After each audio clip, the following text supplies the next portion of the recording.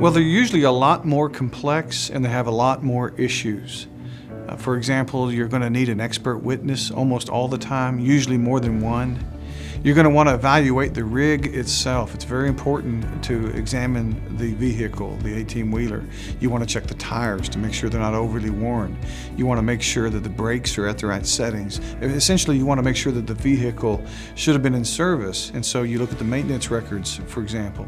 And you also want to make sure that the load was secured so it's not sliding around, and that could be the cause of the accident. None of that is relevant in a typical car wreck case most of the time. There are also unique federal and state regulations that apply only to big rigs and 18-wheelers and such.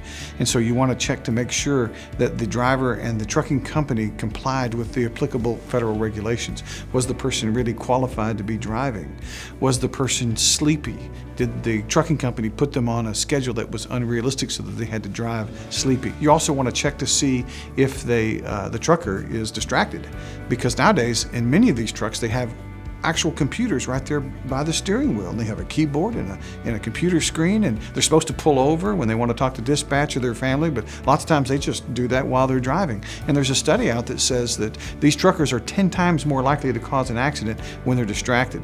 You want to evaluate whether or not they're intoxicated or drunk or on drugs, and then of course you want to evaluate whether they're speeding. Many of these trucks have black boxes, kind of like an airplane, that record speed and other critical data, but even when they don't have that, there are very sophisticated ways to calculate the speed of a vehicle and to reconstruct the accident. And the formulas and the science behind how you calculate the speed of an 18-wheeler are very different than what happens when you're dealing with a regular passenger car. Bottom line is this: if you've been hurt by an 18-wheeler, you want a lawyer who's done this enough times to know what the issues are, who the real experts are, what the regulations say, and what to do so that you can be protected and your family can be taken care of. So give us a call if you've got one of these cases and we know what to do.